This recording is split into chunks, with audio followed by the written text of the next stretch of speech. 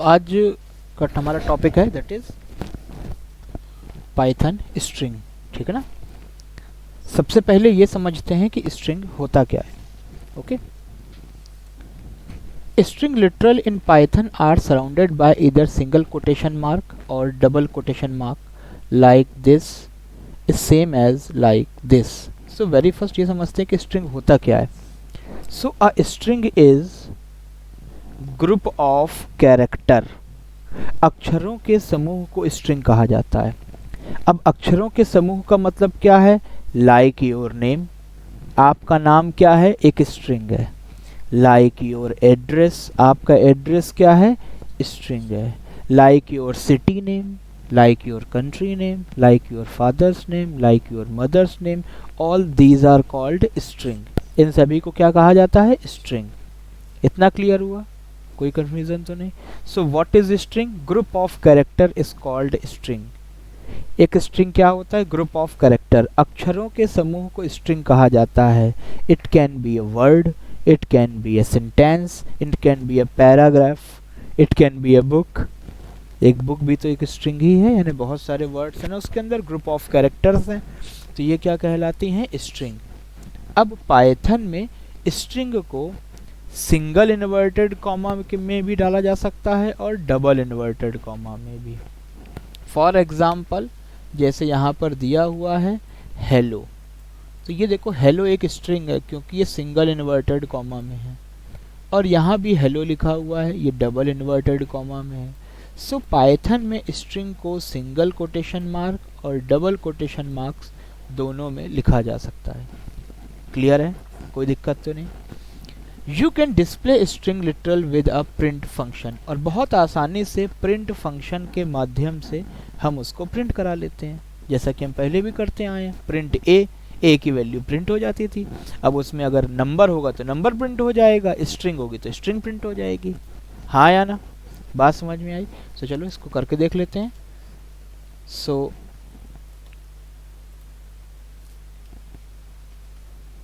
जैसे हमने एक स्ट्रिंग ले ली x, और x में हमने एक वैल्यू पुट कर दी TCE एजुकेशन। सो अब ये जो TCE एजुकेशन क्या है? यह एक स्ट्रिंग है। क्या है? एक it is a group of character, और उसके दोनों तरफ देखो डबल इन्वर्टेड कॉमा लगे हुए हैं, तो ये इसकी पहचान हो गई। याद रखिएगा नंबर में कभी भी इन्वर्टेड कॉमा नहीं होते हैं। हाँ या ना? कभी भी 23 को इन्वर्टेड कॉमा में आपने नहीं लिखा था। क्लियर है ना? स्ट्रिंग को हमेशा इन्वर्टेड कॉमा में लिखते हैं। ओके, सो एक स्ट्रिंग हमने बना ली TC एजुकेशन, और उसको कॉपी कहाँ पे कर लिया? x नाम के वेरिएबल में। नाउ x की वैल्यू क्या हो गई? TCE education. अब इसको अगर प्रिंट कराना है तो बहुत आसान है, प्रिंट x, प्रिंट x। तो ये क्या करेगा? x के अंदर जो तुमने स्ट्रिंग डाली हुई है उसको प्रिंट कर देगा। तो x के अंदर हमने क्या स्ट्रिंग डाली है? यही प्रिंट हो जाएगा। See this? ओके, नाउ कुछ स्टूडेंट्स कंफ्यूज होते हैं कई बार, वो वेरिएबल के नाम को भी इन्वर्टेड कॉमा में लिख देते हैं लाइक दिस। ये कभी ना करें। इन्वर्टेड कॉमा x का मतलब है कि x प्रिंट कर दो, और बगैर इन्वर्टेड कॉमा x का मतलब है कि x के अंदर जो कॉपी कराया है उसको प्रिंट कर दो। See this? ये देखिए, तो अगर आप x को इन्वर्टेड कॉमा में रखेंगे तो x प्रिंट हो जाएगा, और अगर आप x को बगैर इन्वर्टेड कॉमा के रखेंगे तो x के अंदर जो ऊपर कॉपी करवाया है वो प्रिंट हो जाएगा। हाँ या ना? अब जैसा कि हमने पहले भी बताया कि स्ट्रिंग को हम सिंगल इन्वर्टेड कॉमा और डबल दोनों में रख सकते हैं। याद रखिएगा ये चीज़ पाइथन में ही होती है। अगर आप कोई दूसरी लैंग्वेज यूज़ करेंगे जैसे C वगैरह, C++, तो वहाँ पर स्ट्रिंग डबल इन्वर्टेड कॉमा में ही होती है, सिंगल में नहीं होती है, क्योंकि सिंगल में वो एक अक्षर को इंक्लूड करता है, स्टोर करता है, यानी कैरेक्टर इनपुट करता है। तो पाइथन में आप स्ट्रिंग को सिंगल में भी कर सकते हैं या डबल में भी कर सकते हैं।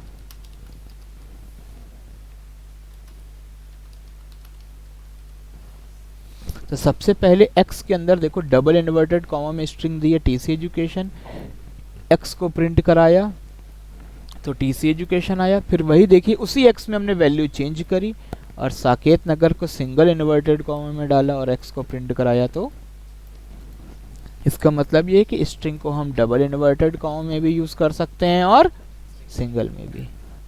कोई दिक्कत तो नहीं? इतना समझ में आया? Okay, very good. नाउ अब समझते हैं how to input string.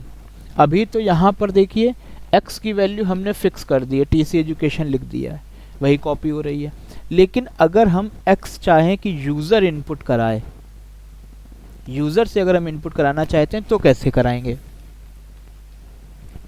So user input के लिए मेथड होता है इनपुट, और इन्वर्टेड कॉमा में आप जो भी चीज इनपुट करा रहे हैं उसके लिए मैसेज।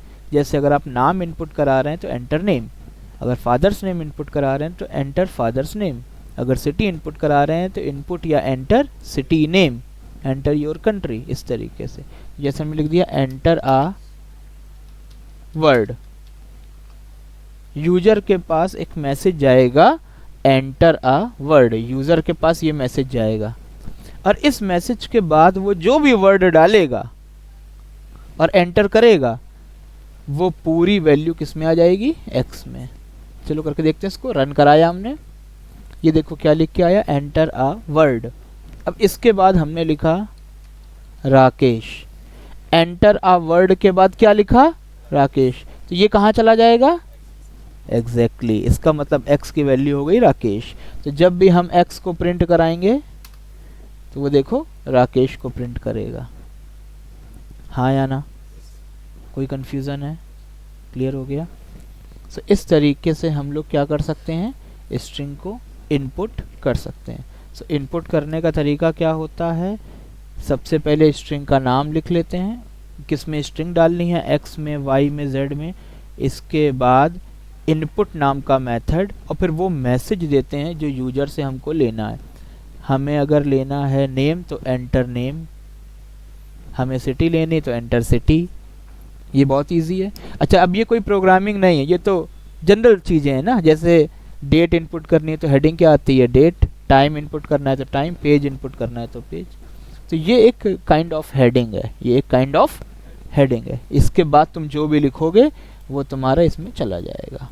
हाँ या ना? कोई कंफ्यूजन तो नहीं? ठीक।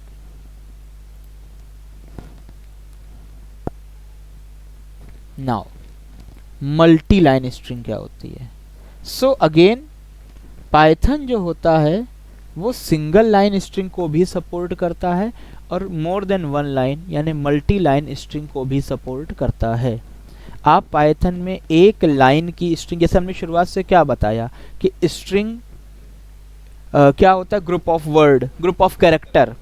तो वो वर्ड भी हो सकता है, सेंटेंस भी हो सकता है, पैराग्राफ भी हो सकता है, आर्टिकल भी हो सकता है, पूरा चैप्टर भी हो सकता है और पूरी बुक भी हो सकती है। तो बुक एक लाइन की तो नहीं होगी, चैप्टर एक लाइन का तो नहीं होगा, पैराग्राफ एक लाइन का तो नहीं होगा। इसका मतलब है कि पाइथन डायरेक्टली मल्टी लाइन को भी इजीली सपोर्ट करता है। तो कैसे हम सिंगल लाइन करेंगे, कैसे मल्टी लाइन करेंगे वो समझ लो। ठीक है, जैसे आपका एड्रेस अक्सर मल्टी लाइन होता है ना? ABC कंपनी 120/128 साकेत नगर कानपुर लखनऊ, तो मल्टीपल लाइंस होती है ना? क्लियर है ना? हाँ सोहेल बता रहा था, अभी दोपहर में कर देंगे, अभी एडजस्ट कर लो, है ना? सो स्ट्रिंग जो है वो सिंगल लाइन भी होती है, मल्टीपल लाइन। सो यहाँ पे समझना ये है, सिंगल लाइन स्ट्रिंग के लिए हम एक कोटेशन मार्क लगाएंगे और मल्टी लाइन के लिए हम 3 कोटेशन मार्क लगाएंगे। इससे कंप्यूटर को पता चल जाएगा। एक बार इन्वर्टेड कॉमा, अब इन्वर्टेड कॉमा तुम सिंगल लगाओ चाहे डबल, फर्क नहीं पड़ता। अगर एक बार इन्वर्टेड कॉमा लगाओगे तो वो सिंगल लाइन, और 3 बार लगाओगे तो मल्टी लाइन। हाँ या ना? सो फॉर एग्जाम्पल हमने लिखा x इक्वल टू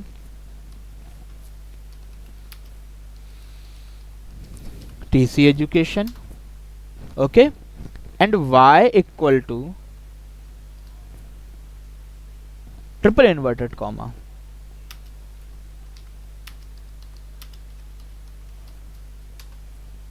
देखिए वो ग्रीन कलर का नीचे भी आ गया।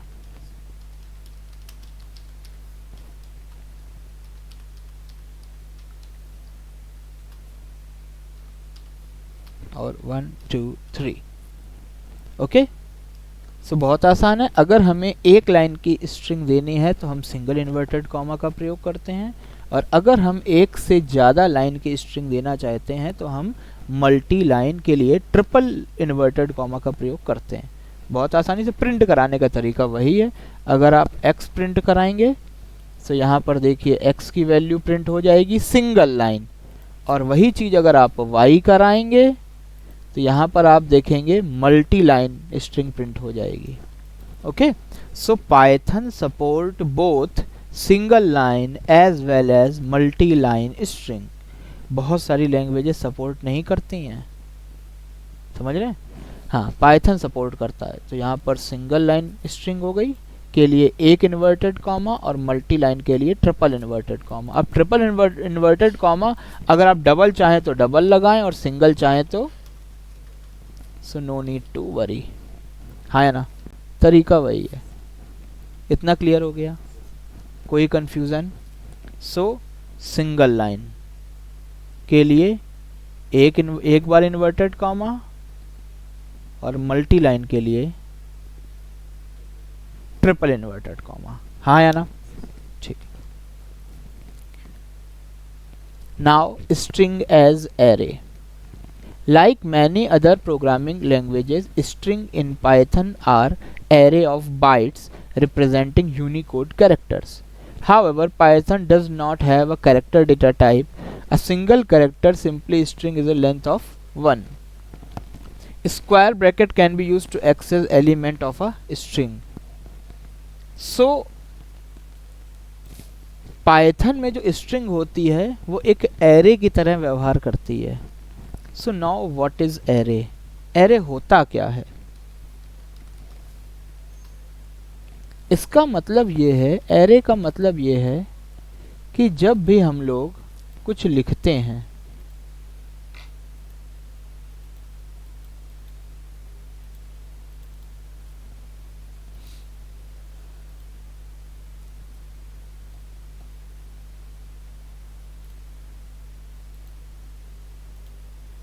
सपोज हमने लिखा TCE स्पेस नहीं दे रहे EDU। ओके, सो जब भी हम लोग यहाँ पर इस तरीके से लिखते हैं तो एरे का मतलब ये है कि सपोज ये x में हमने कॉपी कराया है TCE EDU, सो ये जो होगा ये 0 इंडेक्स पर होगा, इसका मतलब होगा 1, इसका मतलब होगा 2, इसका मतलब होगा 3, इसका मतलब होगा 4, और इसका मतलब क्या होगा 5। और इसे कहा जाता है इंडेक्स। क्या कहा जाता है? इंडेक्स या स्क्रिप्ट। इंडेक्स या स्क्रिप्ट। तो अगर हमने x में कोई स्ट्रिंग डाली, सपोज हमने डाला TCE EDU, तो t की जो इंडेक्स वैल्यू होगी वो होगी 0, C की होगी 1, इस E की होगी 2, इस E की होगी 3, इसकी होगी 4, इसकी होगी 5। तो कुल मिला के तुम्हें एक चीज़ समझ में आई कि स्ट्रिंग जो भी इंडेक्स होती है वो हमेशा कहाँ से शुरू होती है? 0 से, और कहाँ तक जाती है? n-1। कहाँ तक जाती है? n-1 का मतलब क्या है? अगर 6 अक्षर हैं, n की वैल्यू 6 है, तो 6 - 1 5 तक जाएगी। ये देखिए, क्योंकि 0 से शुरू हो रही है। इसी तरीके से मान लो राम हमने लिखा RAM, कितने अक्षर हैं? 3, ये कहाँ तक जाएगी? n-1 कितना आएगा? क्लियर है? 3 है, 3 में से 1 कम कर दो, कहाँ तक जाएगी? 2 तक जाएगी। 0 1 2। नहीं समझ में आया? हमें लग रहा है इजी है। जैसे आपने एक स्ट्रिंग ली है राम, तो इसमें n माने अक्षरों की संख्या कितनी है? 3। तो स्ट्रिंग लास्ट वैल्यू कहाँ तक जाएगी? n-1 यानी 2 तक। क्यों? 0 1 2। इसी तरीके से मान लीजिए आपने स्ट्रिंग ली है इंडिया, अक्षरों की संख्या कितनी है? 5। तो लास्ट इंडेक्स कहाँ तक जाएगी? 4 तक। क्यों? 0 1 2 3 4। नहीं समझ में आया? ओके, तो इसे कहते हैं इंडेक्स या स्क्रिप्ट। इसे क्या कहते हैं? इंडेक्स या स्क्रिप्ट वैल्यू, हाँ या ना। चलिए अब इस इंडेक्स और स्क्रिप्ट को यूज कैसे करते हैं वो भी समझो। जैसे हमने लिखा x इक्वल टू TCE, तो x में टोटल नंबर ऑफ कैरेक्टर कितने हैं? 3। तो लास्ट इंडेक्स कहां तक होगी? 2 तक। ये तो क्लियर हो गया। अगर हम प्रिंट कराते हैं x तो पूरा TCE प्रिंट होगा, ये देखिए। लेकिन अगर हमें इसके अक्षरों को अलग अलग करना है तो हमें इसकी इंडेक्सिंग की मदद लेनी पड़ेगी, और हम ऐसे लिखेंगे प्रिंट x स्क्वायर ब्रैकेट के अंदर, इस स्क्वायर, इसे कहते हैं स्क्वायर ब्रैकेट, इनके अंदर हम बताएंगे हमें कौन सा कैरेक्टर निकालना है। अगर हम लिखेंगे 0 तो x का 0 कैरेक्टर निकालेगा। 0 का मतलब हो गया t। समझे कि नहीं समझे? नाउ अगर हमने लिखा प्रिंट x1, ये x का 1 इंडेक्स निकालेगा। 1 इंडेक्स का मतलब है c। 1 का मतलब पहला अक्षर मत समझ लेना, 1 का मतलब है 1 इंडेक्स। 1 इंडेक्स मतलब 0 इंडेक्स के बाद 1 इंडेक्स। और अगर हमने लिखा प्रिंट x2 तो x की दूसरी इंडेक्स को प्रिंट करेगा। इट मींस आंसर क्या आएगा? e। ये समझ में आया? सो पाइथन जो है वो इंडेक्सिंग को सपोर्ट करता है, ठीक है। इंडेक्स हमेशा 0 से शुरू होती है और टोटल नंबर से 1 कम तक जाती है। 3 है तो 2 तक जाएगी, 5 है तो 4 तक जाएगी, 100 है तो 99 तक जाएगी, 200 है तो 199 तक जाएगी। कोई समस्या नहीं होगी। क्लियर है? नाउ पाइथन जो होती है वो रिवर्स इंडेक्सिंग यानी माइनस इंडेक्सिंग भी सपोर्ट करती है। इसका मतलब क्या है कि इंडेक्सिंग अगर हम पीछे से लें तो ये होगा -1, ये होगा -2, ये होगा -3, ये होगा -4, ये होगा -5 और ये होगा -6। ओके, ऐसा हम क्यों करते हैं? क्योंकि मान लो स्ट्रिंग हमारी बहुत बड़ी है, ठीक है, 1000 10,000 कैरेक्टर की स्ट्रिंग है ना, और हमें आखिरी के 5 अक्षर निकालने हैं, 6 अक्षर निकालने हैं। तुम आगे से गिनते थोड़ी रहोगे, तुम उसको पीछे से भी काउंट कर सकते हो, हाँ या ना? बात समझ रहे हैं? अगर मान लीजिए आपके पास कोई बुक रखी हुई है और हम आपसे कहें बताओ पीछे का आखिरी से 15वां अक्षर कौन सा है, अब तुम आगे से गिनोगे। अब उस बुक में तो 1 लाख अक्षर हैं, तो कहाँ गिनते रहोगे? ऐसा हो ना, तुम पीछे से निकाल लो, हाँ या ना? बात समझ में आई? So Python also support reverse negative indexing. So last character start with -1, then -2, then -3 and so on goes to the -n। 3 है तो -3 तक जाएगा, क्योंकि ये 0 से शुरू नहीं हो रहा है, ये -1 से शुरू हो रहा है, हाँ या ना? क्लियर है? सो ये फिगर समझ में आया? TCE को अगर आप आगे से पढ़ेंगे तो 0 1 2 3 4 5 तक जाएगा, और पीछे से पढ़ेंगे तो -1 -2 -3 और -6 तक जाएगा, हाँ या ना? अब इसको करके देखते हैं। इट मीन्स यहाँ पर अगर हम लिखें प्रिंट x -1 तो ये x के -1 को प्रिंट करेगा, यानी क्या प्रिंट होना चाहिए? e।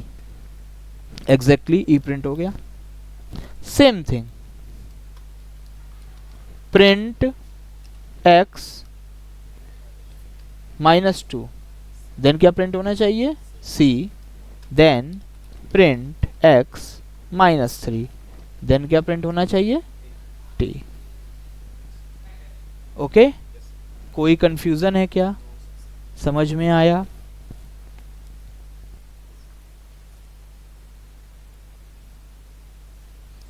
So now next option is string slicing. String. So what is slicing?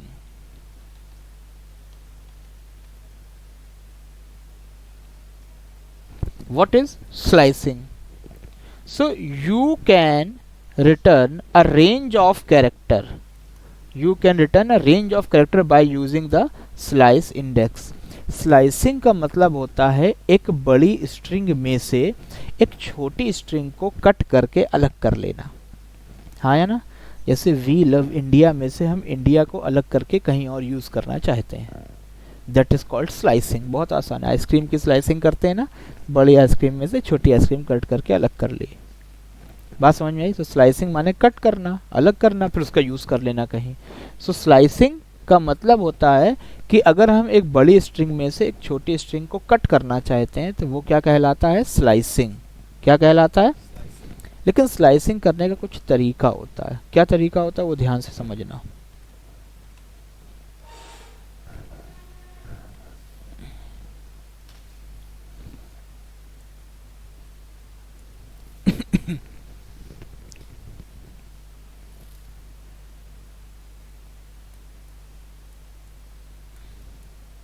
जैसे हमने एक ये स्ट्रिंग ले ली, हाँ है ना, x equal to T C E D U. तो आपको बहुत अच्छे से पता है 0 1 2 3 4 5, इसे कहते हैं इंडेक्स। क्या कहते हैं? या फिर स्क्रिप्ट, या फिर क्या कहते हैं? स्क्रिप्ट, हाँ या ना। अब इसको थोड़ा सा ध्यान से देखते रहिएगा क्योंकि यही इंडेक्सिंग सबसे इम्पोर्टेंट है स्लाइसिंग करने में। भाई स्लाइसिंग में आप बताएंगे ना कहाँ से कहाँ तक कट करना है, तो इंडेक्सिंग बहुत ज़रूरी है स्लाइसिंग करने। अगर आपको इंडेक्सिंग का अंदाज़ा नहीं हो पाएगा तो स्लाइसिंग नहीं कर पाएंगे। और इंडेक्सिंग बहुत आसान है, ठीक है। तो सपोज हमने लिखा m इक्वल टू एक्स। अब स्लाइसिंग करने का तरीका क्या होता है, ध्यान दीजिएगा। सबसे पहले हम लिखते हैं स्टार्ट, इट मीन्स कि कहाँ से स्लाइसिंग शुरू करनी है। उसके बाद लिखते हैं एंड, कि स्लाइसिंग हमें कहाँ तक करनी है। स्टार्ट कहाँ से शुरू करनी है, एंड माने कहाँ तक करनी है। और यहाँ पर लिखते हैं स्टेप, कि स्लाइसिंग करते वक्त हमें कितना कितना गैप देना है, कितना कितना छोड़ के स्लाइसिंग करनी है, एक एक छोड़ के, दो दो छोड़ के, या तीन तीन छोड़ के। नो वरी, अभी समझ में आ जाएगा। अब यहाँ पर क्या है, स्टार्ट देना है, स्टॉप यानी एंड देना है, और स्टेप देना है। ये तीन चीजें दी जाती हैं। अब इनमें से कब क्या चीज नहीं देनी है वो अभी हम आगे बताएंगे, आपको समझ में आ जाएगा। जरूरी नहीं कि तीनों चीजें लिखो, कुछ चीजें आप स्किप भी कर सकते हो, खाली भी छोड़ सकते हो। तो कंप्यूटर बाय डिफॉल्ट कोई वैल्यू उसमें सेट कर लेता है, क्या करता है भी समझ में आएगा। ओके, सो जैसे सबसे पहले तो ये समझो, हमने लिखा m इक्वल टू एक्स 2, 4। क्या लिखा? m equal to x 2, 4। तो ये क्या करेगा, 2 से स्टार्ट करेगा कट करना, और 4 का मतलब है 3 तक कट करेगा। यानी जो एंड लिखते हैं ना उससे एक कम तक कट करता है। याद रखना, जो भी एंड लिखोगे उससे एक कम तक। हमने लिखा है 10 पर रुक जाओ तो वो 9 पर रुकेगा, 15 मतलब 14 पर रुकेगा, 100 मतलब 99 पर रुकेगा, हाँ या ना। सो यहाँ पर लिखा m इक्वल टू एक्स 2, 3। तो x में से, x क्या है? TCEEDU, ये है x, TCEEDU, यही था ना x। ये इसमें क्या करेगा, पहले इंडेक्सिंग कर लेते हैं समझने के लिए। क्या करेगा, दूसरी इंडेक्स से कट करेगा तीसरी इंडेक्स तक, यानी ये इतना कट करेगा। समझ में आया? 2, 4 का मतलब है 2 से कट करो 3 तक, हाँ या ना। तो 2 से कट करेगा 3 तक, तो कितना कट करेगा? Double E. और इसको कॉपी कहाँ कर लेगा? तो m की वैल्यू कितनी हो गई भैया? वेरी गुड, हाँ या ना। कुछ समझ में आया? आसान था।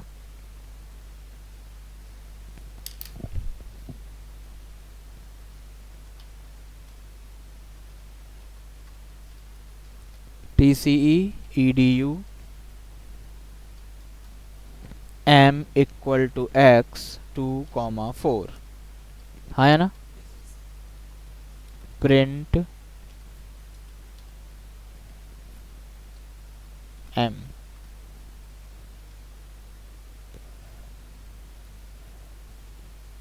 Okay sorry, it is this. Okay, वो गलती से कॉमा लगा दिया था, कोलन होता है। ओके, सो 2:4, इसको भी हम लोग यहाँ भी सही कर लेते हैं, इट इज 2:4। ओके, ये मैंने समझाने के लिए आपको लिखा था, इसको जब लिखेंगे तो इस तरीके से लिखेंगे, 2:4। ओके, सो जब आप लिखते हैं 2:4, सो ये जो भी 2 से लेके 4 तक कटिंग करेगा m में कॉपी कर देगा, और m को हम क्या कर देंगे, प्रिंट। हाँ या ना, इतना समझ में आया। नाउ अब क्या हम स्किप कर सकते हैं और क्या नहीं कर सकते और कैसे करेंगे वो समझो। फॉर एग्जाम्पल हमने लिखा 4, क्या लिखा,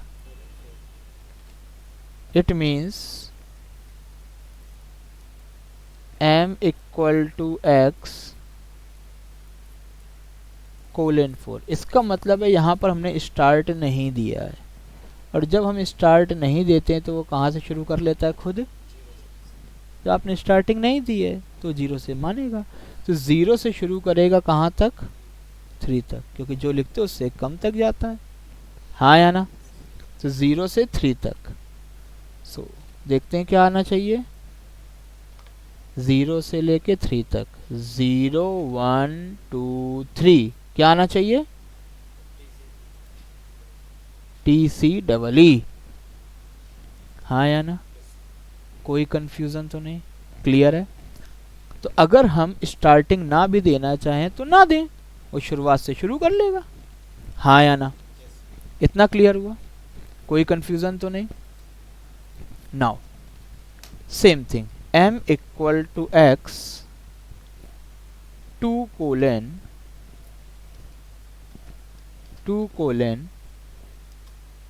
और अब की बार हमने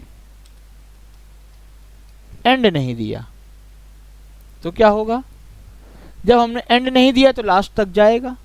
शुरू कहाँ से करना है मगर, ये बता दिया हमने, तो 0 1 2 से शुरू करेगा और कहाँ तक जाएगा, लास्ट तक, EEDU। को समझ में आया। तो अगर आप स्टार्ट नहीं देते हैं तो वो 0 से शुरू करता है, और जो एंड दोगे वहां रुकेगा। अगर आप एंड नहीं देते हो तो जो जहां से शुरू करना है वहां से शुरू करो, एंड नहीं दिया तो लास्ट तक चला जाएगा। हाँ या ना, इतना समझ में आया। अब हम लोग देखते हैं step.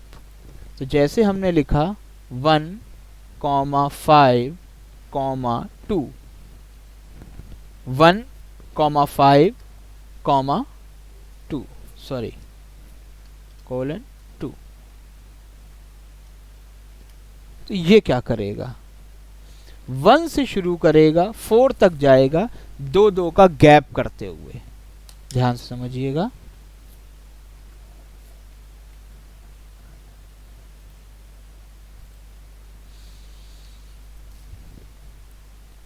x equal to TCEEDU 0 1 2 3 4 5। Question है x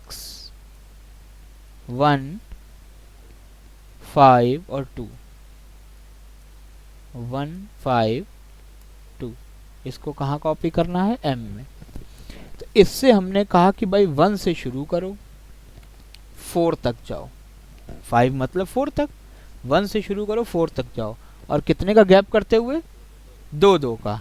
इसका मतलब 1 3 और 5। अब 5 तो हो नहीं सकता, तो ये प्रिंट नहीं होगा, 1 और 3 प्रिंट हो जाएंगे, 1 और 3 CE, इसीलिए आपका आंसर यहाँ पर CE आ रहा था। आई बात समझ में, कोई दिक्कत है। चलिए एक बड़ा एग्जाम्पल करते हैं तो शायद जल्दी समझ में आए।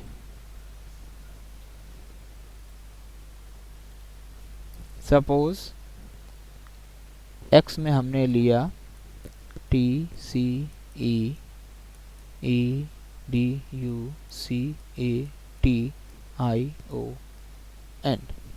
इंडेक्सिंग कर लें 0 1 2 3 4 5 6 7 8 9 10 और 11। हाँ या ना? 0 से n-1 x equal to x m equal to x 1 10 2। इसका मतलब है 1 से शुरू करो 9 तक जाओ 2 2 का गैप करते हुए। 1 से शुरू करो 9 तक जाओ 2 2 का गैप करते हुए। 1 3 5 7 9 1 3 5 7 9। आंसर आएगा C E U A I। हाँ या ना? कोई कंफ्यूजन नहीं? आसान है, कर लोगे। x 1 10 4। क्या आंसर आना चाहिए? 1 से शुरू करो 9 तक जाओ 4 ऐड करते हुए। 1 और 4 ऐड करो 5 5 4 ऐड करो 9 1 5 9 1 5 9 C U I। हाँ या ना? C U I आना चाहिए। चलिए इसको करके देख लेते हैं।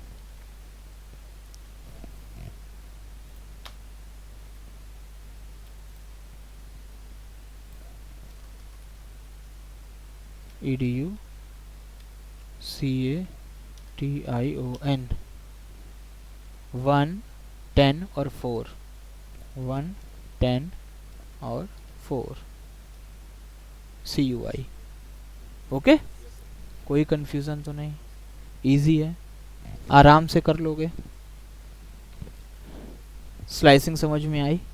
ठीक है, तो स्लाइसिंग में हम 3 चीज़ें देते हैं, स्टार्ट, एंड और कितना स्टेप देना है। कोई कंफ्यूजन तो नहीं? ओके, चलिए स्लाइसिंग में एक बहुत बढ़िया मज़ेदार चीज़ होती है, रिवर्स अ स्ट्रिंग। क्या आती है? अगर आपको स्लाइसिंग के थ्रू किसी स्ट्रिंग को रिवर्स करना है तो कैसे करेंगे? सपोज आपने x में लिखा है TCE m equal to x colon colon -1। याद रखिएगा, ये रिवर्स के लिए होता है। किसके लिए होता है? स्टार्ट कहाँ से करना है? 0 से। स्टार्ट कहाँ से करना है? चलो इसको देखते हैं, 0 1 2 और ये होता है -1 -2 -3। इसको थोड़ा ध्यान रखना। स्टार्ट कहाँ करना है? 0 से। ख़त्म कहाँ करना है पता नहीं, तो लास्ट तक जाएगा, लेकिन माइनस करते हुए। स्टेप कितना है? माइनस करते हुए। और 0 को जरा माइनस करना शुरू करो, -1 -2 -3। तो इसका आंसर आ जाएगा CECT। तो बड़ा आसान है। किसी भी स्ट्रिंग को अगर आपको रिवर्स करना हो पाइथन में, तो स्ट्रिंग में स्लाइसिंग में कोलन कोलन -1 लिख दीजिएगा। ये हमेशा क्या करता है? स्ट्रिंग का रिवर्स करता है। ये तरीका है ये पाइथन में। हाँ या ना? क्यों? क्योंकि आपने ना स्टार्टिंग दी है ना एंडिंग दी है, बस आपने कहा माइनस करो, तो 0 से क्या करेगा? माइनस करना शुरू कर देगा। तो पहले -1 आएगा, फिर -2 आएगा, -3 आ जाएगा। तो -1 ये है, -2 ये है, -3 ये है, रिवर्स हो जाएगा। हाँ या ना? समझ में आया? ठीक।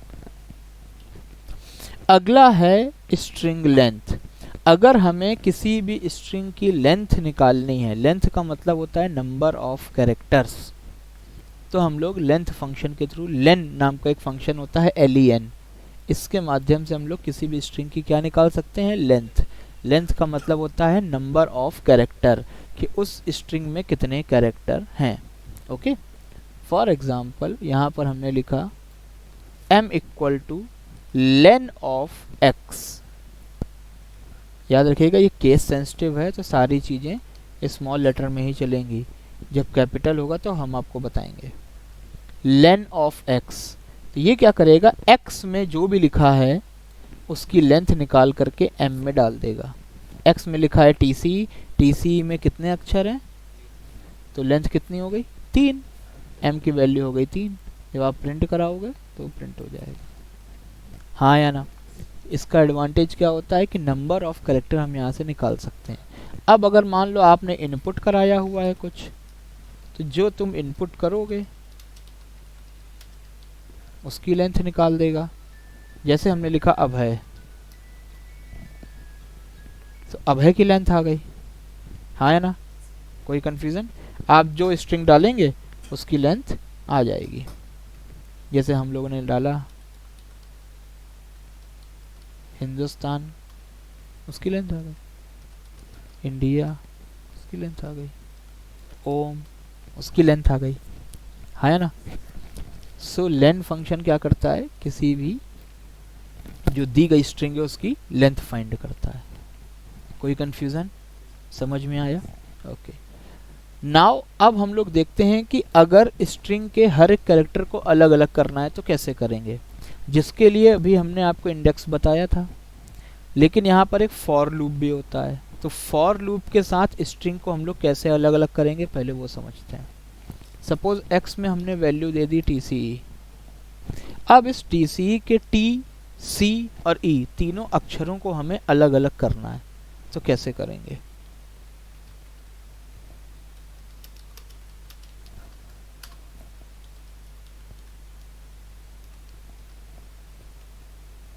ये देखिए,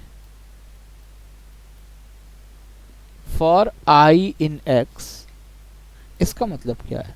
इसका मतलब यह है कि x में जितने भी कैरेक्टर हैं वो एक एक करके I में आएंगे। तो पहला कैरेक्टर क्या आएगा, उसी I को हमने प्रिंट करा दिया। पहला कैरेक्टर T आया, T प्रिंट हो गया। दूसरा कैरेक्टर क्या आएगा, C प्रिंट हो गया। तीसरा कैरेक्टर क्या है, E प्रिंट हो गया। तो ध्यान समझिएगा कि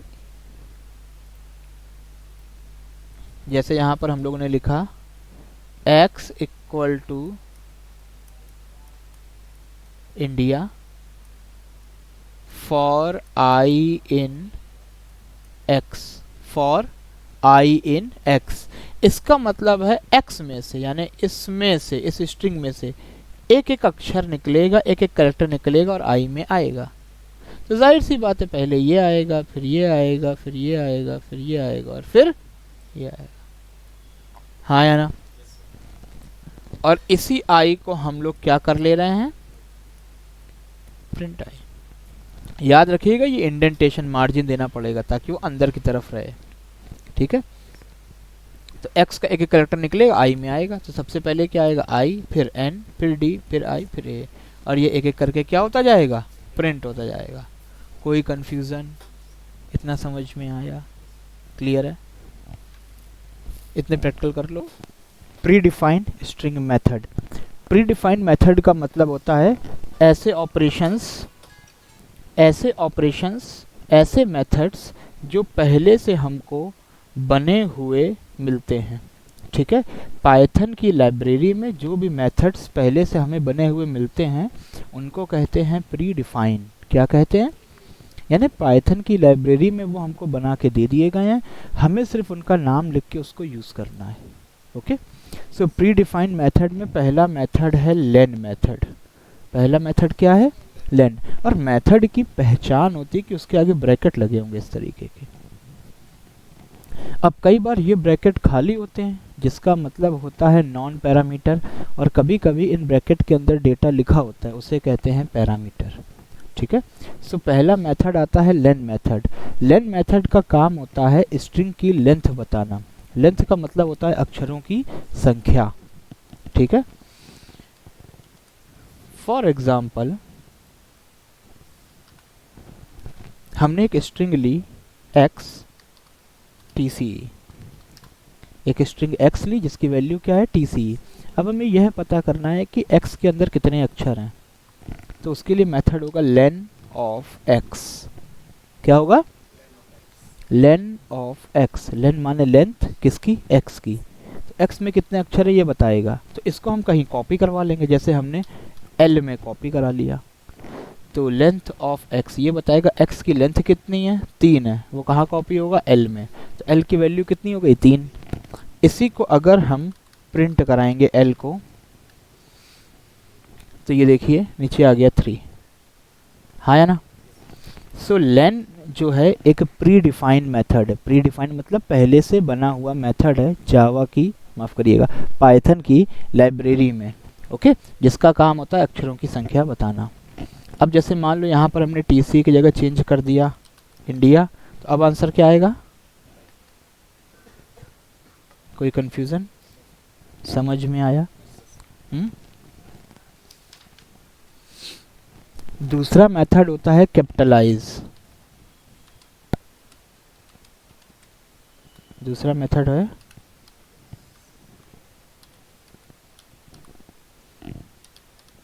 कैपिटलाइज। कैपिटलाइज का मतलब होता है the method capitalize return a copy of string with only first character capitalize. इसका काम होता है पूरी स्ट्रिंग के पहले अक्षर को कैपिटल कर देना। पूरी स्ट्रिंग के पहले अक्षर को क्या कर देना? कैपिटल कर देना। जैसे हमने लिखा x डॉट कैपिटलाइज, तो ये क्या करेगा? x को कैपिटलाइज कर देगा और कहाँ कॉपी कर देगा? l में। तो l में क्या आ जाएगा? x का कैपिटलाइज, देखो पहला अक्षर कैपिटल हो गया। तो मान लो यूजर ने कुछ भी इनपुट किया, जैसे आपने यूजर से कहा भाई अपना नाम इनपुट करो, अब वो नाम अपना जैसा भी इनपुट करता है, आप चाहते हो पहला अक्षर कैपिटल हो जाए, अरुण में ए कैपिटल हो जाए, तो आप कैपिटलाइज फंक्शन चला देंगे।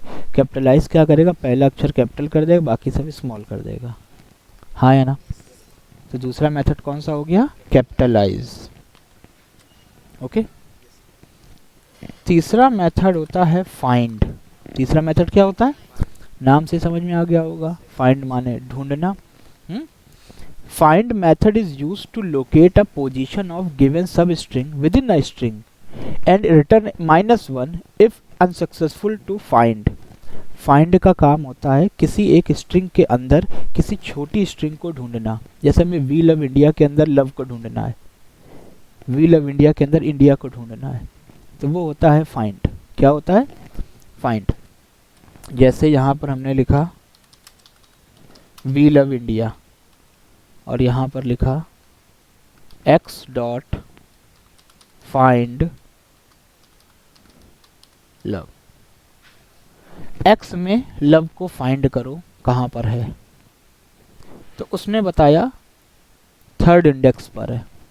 कौन सी इंडेक्स पर है? याद रखिएगा इंडेक्स हमेशा 0 से शुरू होती है। तो वी लव इंडिया में W 0 पर है, E 1 पर है, 2 पर स्पेस है और लव का L देखो कहाँ पर है? 3 पर है, इसीलिए आंसर 3 आया है, हाँ या ना। बात समझ में आई? कोई कंफ्यूजन? तो फाइंड का काम होता है किसी एक बड़ी स्ट्रिंग के अंदर किसी छोटी स्ट्रिंग को फाइंड करना कि वो कहाँ आई है। और याद रखना ये एक ही बार चेक करता है, फर्स्ट अकरेंस, सबसे पहली बार कहाँ आया।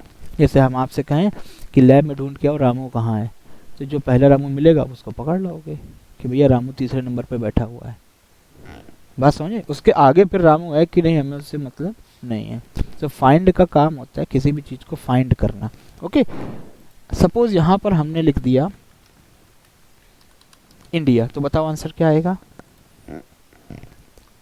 0 1 2 3 4 5 6 7 8। आई थिंक आंसर क्या आना चाहिए? 8। कुछ समझ में आया? नहीं आया? ओके। और यहाँ पे हमने लिख दिया यूएसए, ये तो है ही नहीं। तो जब भी कोई चीज़ अवेलेबल नहीं होती है, मौजूद नहीं होती है, तो हमेशा आंसर -1 आता है। क्या आता है? -1 माने नॉट फाउंड। तो अगर फाइंड का आंसर -1 आ रहा है तो समझ जाना कि ये जो स्ट्रिंग है ये मेन स्ट्रिंग में अवेलेबल नहीं है, हाँ या ना। इतना समझ में आया?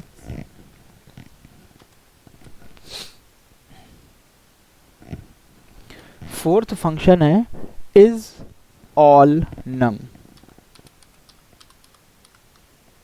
इज ऑल नम, इज माने क्या? इंग्लिश में पता है ना, शुरुआत जब हमने पाइथन की करी थी तभी हमने एक चीज़ बोली थी, पाइथन बिल्कुल इंग्लिश की तरह काम करती है। इंग्लिश में जब भी क्वेश्चन पूछना होता है तो इज पहले लग जाता है, इज दिस योर बाइक, क्या यह तुम्हारी बाइक है? तो इज माने क्या, इज, ऑल माने अल्फा, नम माने न्यूमेरिक। क्या इस स्ट्रिंग में सिर्फ अल्फ़ाबेट और न्यूमेरिक हैं? अगर सिर्फ स्ट्रिंग में अल्फ़ाबेट और न्यूमेरिक होंगे तो आंसर ट्रू आएगा, लेकिन अगर अल्फ़ाबेट और नंबर के अलावा कुछ और होगा तो आंसर फॉल्स आएगा। नाम देखो, याद करने की ज़रूरत नहीं है, तुम्हें नाम पढ़ के ही समझ में आ जाना चाहिए। Is, all, num. ऑल माने alphabet, it is not all, it is al, A L है, ऑल होता है तो ए डबल एल होता, ए एल, अल यानी अल्फ़ाबेट, नम माने न्यूमेरिक। तो ध्यान से देखिए, इज, अल, नम।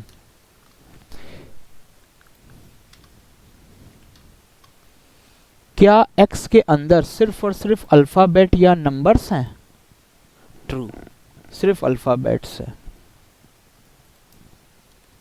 अब नंबर भी बढ़ा दिए, अभी भी क्या आना चाहिए? ट्रू, क्योंकि सिर्फ अल्फ़ाबेट है और सिर्फ नंबर है। अल्फ़ाबेट का मतलब ए टू जेड, नंबर का मतलब 0 to 9।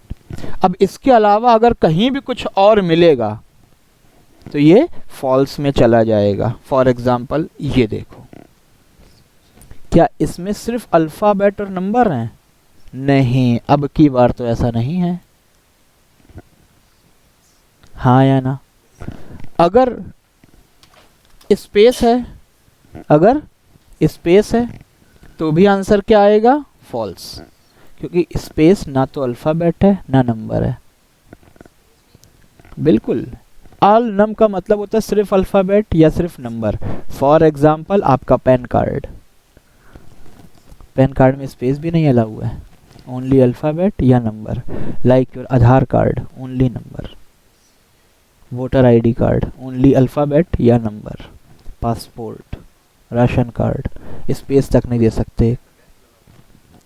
अब देखो, जिन जिन में डैश है वो अवेलेबल नहीं है, उनके लिए ये नहीं काम करेगा, हाँ या ना? क्लियर है? तो ऑल नम समझ में आया? ऑल नम का मतलब है इज, अल्फ़ाबेट एंड न्यूमेरिक।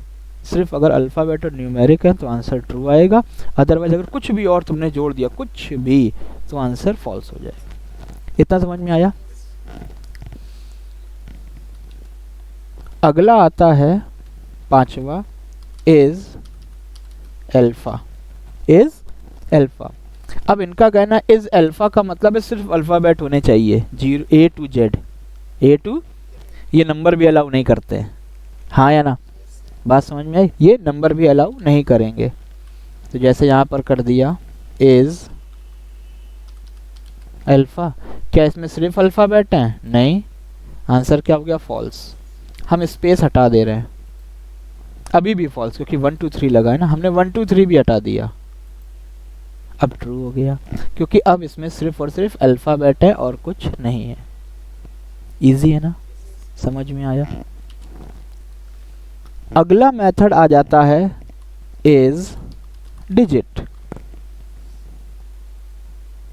सिर्फ डिजिट होनी चाहिए, अगर डिजिट के अलावा कुछ भी है तो वो फॉल्स कर देगा, है ना? इज डिजिट, क्या यहाँ पर सिर्फ डिजिट है? नहीं है, तो आंसर क्या आ जाएगा? False, false. अब हमने यहाँ पर सिर्फ ये कर दिया ट्रू। तो वो जगह है जहाँ पर तुम्हें लगता है कि सिर्फ डिजिट ही होने चाहिए, क्रेडिट कार्ड नंबर, आधार कार्ड नंबर, तुम्हारा वेट, तुम्हारी सैलरी, हाइट, कितने दिन की छुट्टी ली, 15 दिन, 20 दिन, ABC दिन नहीं बोल सकते। तुम्हारी एज कितनी है, 12, 15, 20, 22, 25, 38, ये इस डिजिट से चेक होगा। क्या? मोबाइल नंबर, मोबाइल नंबर में ABC नहीं डाले बैठे हो, उसके लिए इस डिजिट, सिर्फ डिजिट होनी चाहिए तभी ट्रू है, अदरवाइज नहीं तो फॉल्स में चला जाएगा। समझे? अगला मेथड आता है लोअर। अगला मेथड क्या आता है? लोअर का मतलब होता है स्मॉल लेटर में कन्वर्ट करना। फॉर एग्जाम्पल किसी ने यहां पर लिख दिया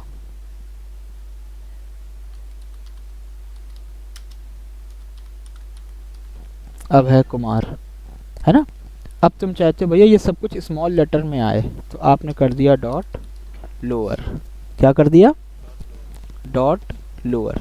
तो ये क्या करेगा, इस x को लोअर लेटर में कन्वर्ट कर देगा। तो यूजर को जो इनपुट कर रहा है करने दो, तुम कैपिटल लिखो, स्मॉल लिखो, कैपिटल स्मॉल की मिक्स वेज बना दो, जो करना है कर लो।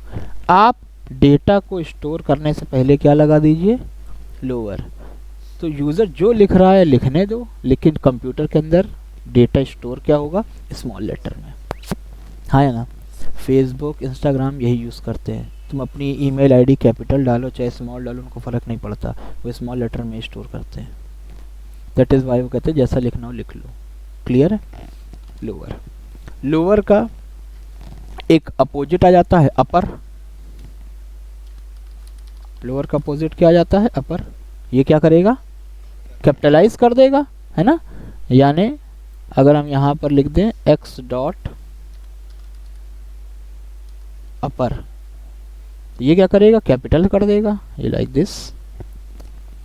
पैन कार्ड वाले यही यूज़ करते हैं। आप कुछ भी भर दिए, पैन कार्ड में नाम कैपिटल लेटर में आएगा, क्रेडिट कार्ड में नाम कैपिटल लेटर में आता है। बहुत सारी जगह ऐसी होती हैं जहाँ पर कैपिटल लेटर में, बहुत सारे एडमिट कार्ड ऐसे होते हैं गवर्नमेंट के जिनमें कैपिटल लेटर ही लिख के आता है। तो आप कैफे में भरते वक्त या फॉर्म भरते वक्त कुछ भी लिखिए, वो स्टोर करते वक्त क्या लगा देते हैं, अपर। हाँ या ना? समझ में आ गया? अब इसके बाद एक मेथड आता है इज अपर। इज अपर, अब इज पहले लग गया तो ये चेक करने लगेगा क्या तुमने जो लिखा है वो अपर केस में है, क्या तुमने जो लिखा है वो कैपिटल है। अगर है तो ट्रू और नहीं है तो फॉल्स। यानी यहाँ पर लिख दिया इज अपर, क्या ये जो लिखा है ये कैपिटल लेटर है, नहीं है क्योंकि बीच में कुछ स्मॉल भी है, इसलिए फॉल्स हो गया।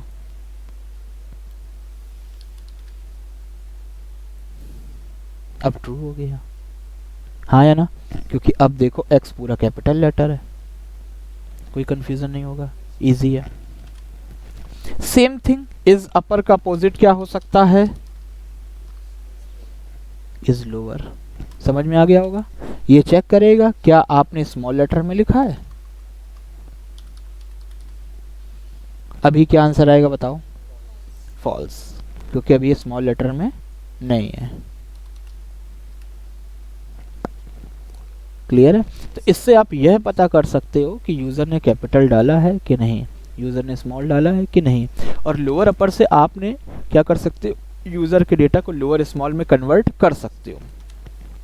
तो लोअर अपर का काम होता है कन्वर्ट करना, इज अपर इज लोअर का काम होता है यह चेक करना कि कैपिटल स्मॉल है कि नहीं है।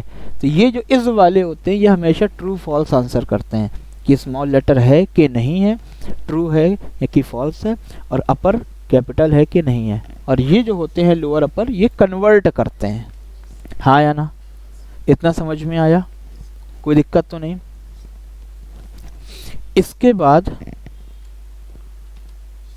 नेक्स्ट मेथड आता है एल स्ट्रिप। एल स्ट्रिप, दरअसल स्ट्रिप मेथड का काम होता है, इसके पहले हम आपको एक और बता दें। स्ट्रिप, स्ट्रिप का काम होता है किसी भी शब्द के शुरुआत, किसी भी स्ट्रिंग के शुरुआत और अंत में अगर अनावश्यक स्पेस दिया है तो उसको हटा देना। किसी भी चीज़ की शुरुआत और अंत में अगर आपने अनावश्यक स्पेस दिया है तो उसको हटा देना। बहुत आसान है। जैसे हम कहें तुम्हारा नाम क्या है, तुमको मेरा नाम है space space space space space Rahul, तो भैया तुम्हारा नाम राहुल है, शुरुआत के स्पेस का कोई मतलब नहीं है। या तुमको मेरा नाम है राहुल स्पेस स्पेस स्पेस, तो भैया नाम के बाद के स्पेस का कोई मतलब नहीं होता है। किसी भी वाक्य या स्ट्रिंग के शुरुआत और अंत में स्पेस का कोई मतलब नहीं है ना। लेकिन अगर मान लो कोई व्यक्ति इस तरीके से लिख दे, ये देखो, तो कंप्यूटर तो स्टोर कर रहा है, एक स्पेस एक अक्षर है, स्पेस इज अ कैरेक्टर, और एक कैरेक्टर एक बाइट की जगह लेता है। कितने बाइट की जगह लेता है? एक बाइट। तो यहाँ पर आपने देखिए 1 2 3 4, 4 बाइट बाद में 5 6 7 8 और 4 बाइट पहले। आपने नाम तो दिया, नाम के पहले और अंत में 4-4 बाइट लगा दी जिसका कोई लॉजिकल टेक्निकल मतलब नहीं है, तो आपने कितनी मेमोरी वेस्ट कर दी? 8 बाइट। कितनी? अब आपके दिमाग में हो सकता है कि यह बात आए कि सर ये 8 बाइट की क्या वैल्यू, हम लोग तो आजकल जीबीज और टीबीज में जी रहे हैं, है ना? 8 बाइट की क्या वैल्यू, ये तो 1 करोड़वां हिस्सा जैसा है कुछ, क्या मतलब है, क्या फ़र्क पड़ता है? देखो फ़र्क नहीं पड़ता है, लेकिन जब कोई सॉफ्टवेयर मल्टीपल टाइम रिपीट होता है तो फ़र्क पड़ता है। यही 8 बाइट अगर 1 करोड़ लोग वेस्ट कर देंगे तो 8 करोड़ बाइट हो जाएगी, हाँ या ना? हम आपसे कहें 1 रुपया दे दो, आप कहोगे भैया बिल्कुल ले लीजिए, हम कहें भैया 1 रुपया 1 लाख लोगों को देना है, अब दिक्कत होगी। तो छोटी चीज़ें फ़र्क नहीं पड़ता, लेकिन छोटी चीज़ें जब बार बार होने लगती हैं तो फिर फ़र्क पड़ने लगता है, हाँ या ना? बात समझ रहे हैं ना? इसीलिए ऐसी समस्या ना हो, क्योंकि यूज़र का हाथ आप नहीं रोक सकते। यूज़र तो अमेरिका में बैठे कहीं टाइपिंग कर रहा है, अब वो स्पेस दे रहा है, या मान लो उसकी कीबोर्ड खराब, स्पेस दबा रह गया, अब 100 स्पेस हो गया, उसने कहा हटाओ क्या करना, उसने सबमिट कर दिया और तुम परेशान हो रहे हो। नाम के पहले 100 स्पेस, नाम के बाद में 100 स्पेस, हाँ या ना? तो इसके लिए यूज होता है स्ट्रिप मेथड।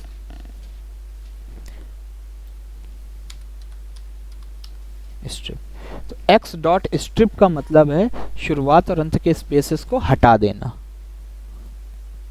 ये देखिए शुरुआत और अंत के स्पेस हट गए, हाँ या ना?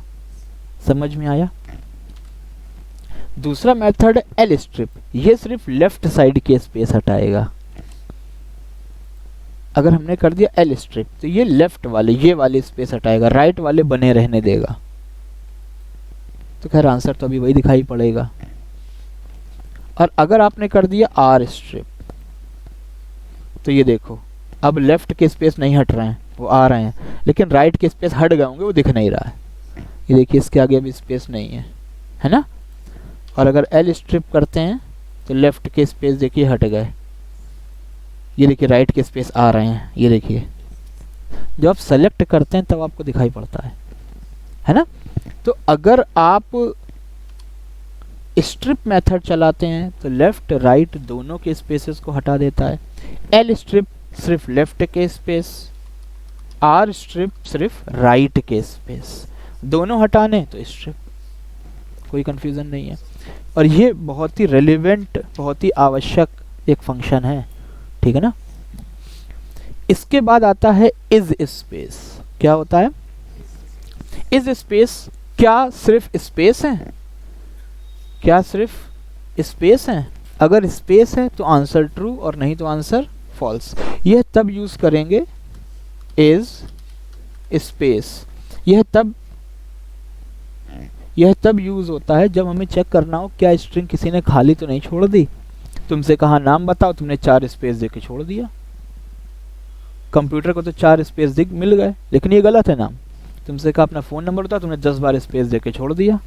कंप्यूटर को लग रहा है 10 बटनें तुमने दबाई हैं कोई, तो ये गलत है ना?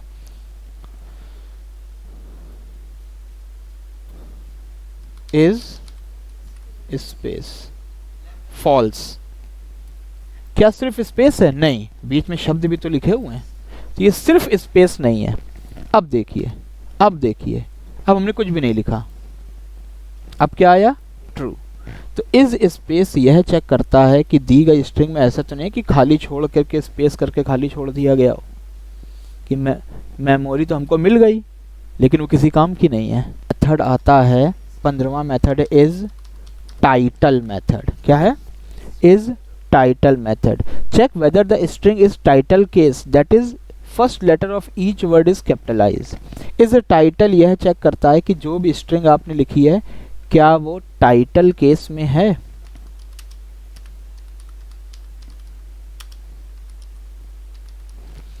टाइटल का मतलब होता है हर शब्द का पहला अक्षर बड़ा, इज टाइटल। टाइटल का मतलब होता है हर वर्ड का पहला लेटर कैपिटल। जैसे यहाँ पर द का टी कैपिटल है, कंप्यूटर का सी कैपिटल है, एक्सपर्ट का ई कैपिटल है, तो ट्रू आंसर आएगा। ये टाइटल केस है, ठीक है। अगर मान लो ये हो गया तो आंसर क्या आ गया? फॉल्स, क्योंकि अब ये टाइटल केस नहीं रह गया। तो इस टाइटल का काम होता है चेक करना x डॉट इज टाइटल, इसका मतलब है क्या x में जो लिखा है वो टाइटल है। और टाइटल की पहचान क्या होती है, हर शब्द का पहला अक्षर कैपिटल होना चाहिए। बात समझ में आ गई। आपने कहीं दुकानों में बोर्ड वोर्ड देखे हैं ना, दैट जनरल स्टोर, जनरल का जी, स्टोर का एस कैपिटल होता है क्योंकि टाइटल होता है, हाँ या ना। इसके बाद नेक्स्ट मेथड आता है रिप्लेस, REPLAC। अब रिप्लेस मेथड में क्या होता है, अगर हमें किसी भी शब्द को या किसी भी अक्षर को किसी दूसरे अक्षर से बदलना है तो हम लोग यूज़ करते हैं रिप्लेस। जैसे यहाँ पर लिख दिया x dot replace computer comma system. को समझ में आया। रिप्लेस करो किसको, कंप्यूटर को, किससे, तो जहां भी कंप्यूटर लिखा था वहां पर क्या आ गया, बात समझ में आई। तो रिप्लेस किसको करना है, किससे करना है, ये ओल्ड है किसको, ये न्यू है किससे। तो x के अंदर रिप्लेस करो कंप्यूटर को सिस्टम नाम के शब्द से। तो x के अंदर यानी इसमें कंप्यूटर की जगह कौन सा शब्द आ जाएगा, सिस्टम, हाँ या ना, समझ में आया। देख लो, देख लेते हैं, बिल्कुल होना चाहिए। The computer expert, we love computer, ठीक है ना।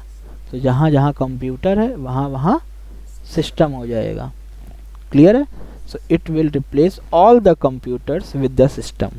एक जगह आए तो एक जगह, 50 जगह आया है तो 50 जगह, ओके। जल्दी से एक दो और बच्चे हैं बस। अगला आता है स्प्लिट। किसको जाना है, तुमको जाना है, 2 मिनट रुक लो बस। स्प्लिट, स्प्लिट का काम होता है ब्रेक कर देना, ठीक है। स्प्लिट का काम क्या होता है, ब्रेक कर देना। जैसे हम लिखा x डॉट स्प्लिट, स्प्लिट, तो x को क्या करेगा, ब्रेक कर देगा। कहाँ से, जहां जहां स्पेस मिलेगा ना वहां से ब्रेक कर देगा। तो द अलग हो जाएगा, कंप्यूटर अलग हो जाएगा, एक्सपर्ट अलग, वी अलग, लव अलग, कंप्यूटर अलग। ये देखिए, हाँ या ना। जहां जहां स्पेस मिलता गया वहां वहां से अलग अलग वर्ड बनाता चला गया, सबको देखो तोड़ के अलग कर दिया। लेकिन स्पेस के अंदर यहाँ पर हम डेलीमीटर भी दे सकते हैं। डेलीमीटर का मतलब है जरूरी थोड़ी स्पेस से तोड़ना हो, हम चाहते हैं सी से टूटे, जहां कैपिटल सी मिले वहां से ब्रेक हो। तो क्या लिख देंगे, कैपिटल सी। तो ये कैपिटल सी से टूटेगा तो एक आ जाएगा द और स्पेस, एक क्या आ जाएगा, द और स्पेस। अब सी तो टूट गया, खत्म हो गया। अगला आ गया computer expert we love space, यहां तक, हाँ या ना। फिर सी टूट गया, अब क्या बचा, कंप्यूटर। तो 3 वर्ड बने। ये देखो, पहला वर्ड बना द स्पेस, दूसरा बना computer expert we love space, और तीसरा बना कंप्यूटर। तो जहां सी मिला वहां वहां से वो टूटता चला गया, क्लियर है ना। That is called split. Small e, तो देखो जहां जहां स्मॉल ई मिल रहा है वहां वहां से ये ब्रेक करता जाएगा, सी दिस, हाँ या ना। इसको कॉपी पे लिख करके रिवीजन जरूर करिएगा, तब समझ में आएगा, कोई कंफ्यूजन तो नहीं।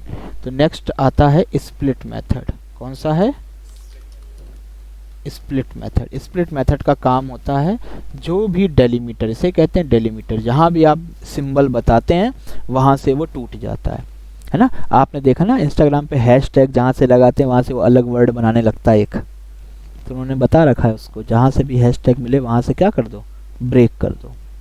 इतना समझ में आया, कोई दिक्कत तो नहीं। एक नेक्स्ट आता है पार्टीशन।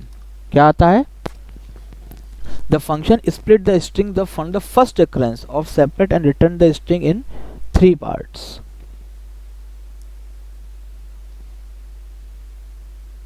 ठीक है। अब देखिए स्प्लिट और पार्टीशन में क्या अंतर है। स्प्लिट तुम जहां से बताते हो वहां से ब्रेक हो जाता है, है ना, हर जितने ई हैं हर जगह से ब्रेक होगा। पार्टीशन का काम होता है एक ई से ब्रेक करो, तो एक तो ई हो गया, उसके बाएं तरफ वाला अलग कर लो, उसके दाएं तरफ वाला अलग कर लो। जैसे यहां पर हमने लिखा